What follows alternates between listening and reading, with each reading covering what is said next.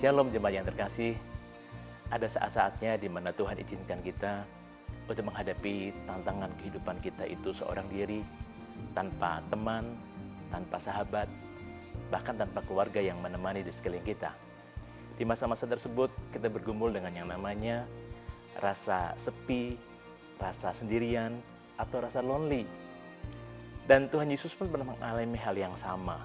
Ketika dia bergumul berdoa, sebelum dia ditangkap dan disalibkan, dia mengajak para muridnya untuk berdoa di sebuah bukit.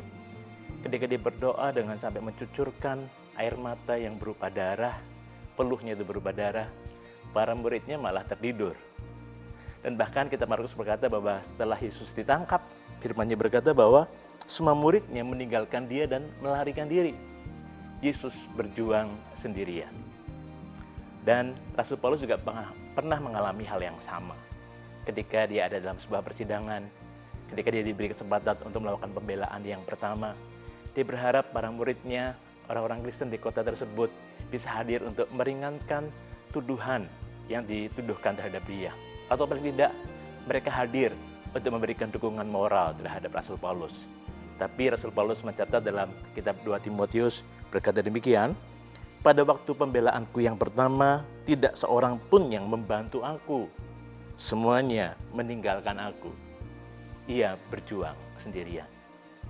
Banyak cerita yang lain, termasuk Anda pasti bisa menulis cerita tentang Anda. Saya juga bisa menulis cerita tentang saya. Dan situasi ini bisa berlangsung beberapa kali atau terjadi beberapa kali dalam kehidupan kita.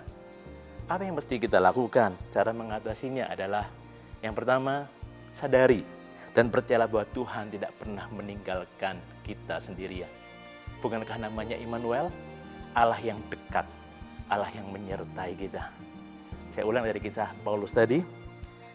"Pada waktu pembelaanku yang pertama, tidak seorang pun yang membantu aku, semuanya meninggalkan aku. Kiranya hal itu jangan ditanggungkan atas mereka. Tetapi Tuhan telah mendampingi aku dan menguatkan aku, supaya dengan berkat perantaraanku, Injil diberitakan dengan sepenuhnya dan semua orang bukan Yahudi mendengarkannya. Dengan demikian aku lepas dari mulut singa." Di saat-saat seperti ini, kita perlu panggil namanya, Yesus atau Immanuel itu. Sadari bahwa dia tidak pernah jauh dari kita. Yang kedua, jangan fokus pada masalah atau tantangan hidup. Jangan beri makan pada rasa lonely yang Anda rasakan. Pandanglah Tuhan lebih daripada masalah atau situasi kehidupan Anda. Raja Daud berkata demikian tentang Tuhan. Dalam kitab Kisah Rasul pasal 2 ayat 25. Sebab Daud berkata tentang dia, "Aku senantiasa memandang kepada Tuhan.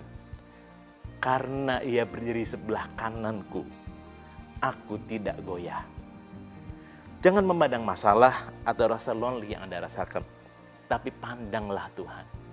Maka Anda akan bisa melihat bahwa Tuhan itu berdiri di sebelah kananmu dan dia menguatkanmu.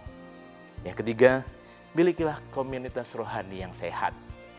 Berikan diri Anda untuk digembalakan, bergabunglah dalam connect group atau kelompok sel, supaya Anda menemukan keluarga rohani yang sehat.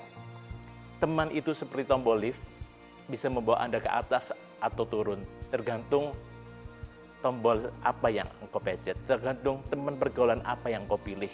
Itu akan membawamu naik atau membawamu turun. Oleh karena itu, berikan Anda untuk digembalakan, untuk Anda menemukan keluarga rohani Anda, untuk Anda terus bertumbuh kerohanian Anda lebih lagi. Tuhan Yesus memberkati.